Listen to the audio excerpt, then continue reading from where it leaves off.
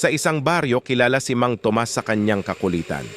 Isang gabi, habang nag-iinuman sila ng kanyang mga kaibigan, napag-usapan nila ang mga aswang. Kayang-kaya kong takutin kahit anong aswang, nagyabang si Mang Tomas. Lumipas ang gabi at umuwi na si Mang Tomas. Nang mahiga na siya, narinig niya ang kaluskos sa bubong. Kinuha niya ang kanyang flashlight at sumigaw, "Hoy, aswang! Huwag mo akong guluhin! Kakainin kita ng buhay!" Laking gulat niya nang ang aswang ay bumaba mula sa bubong. Ngunit imbes na isang aswang, si Narding, ang makulit na batang kapitbahay, ang nakita niya. "Ikaw pala, Narding! Bakit ka nagbibihis, aswang?" tanong ni Mang Tomas habang tumatawa. "Gusto ko lang pong takutin kayo, Mang Tomas," sagot ni Narding. "Naku, sa susunod sabihan mo ako para mas maganda ang plano natin.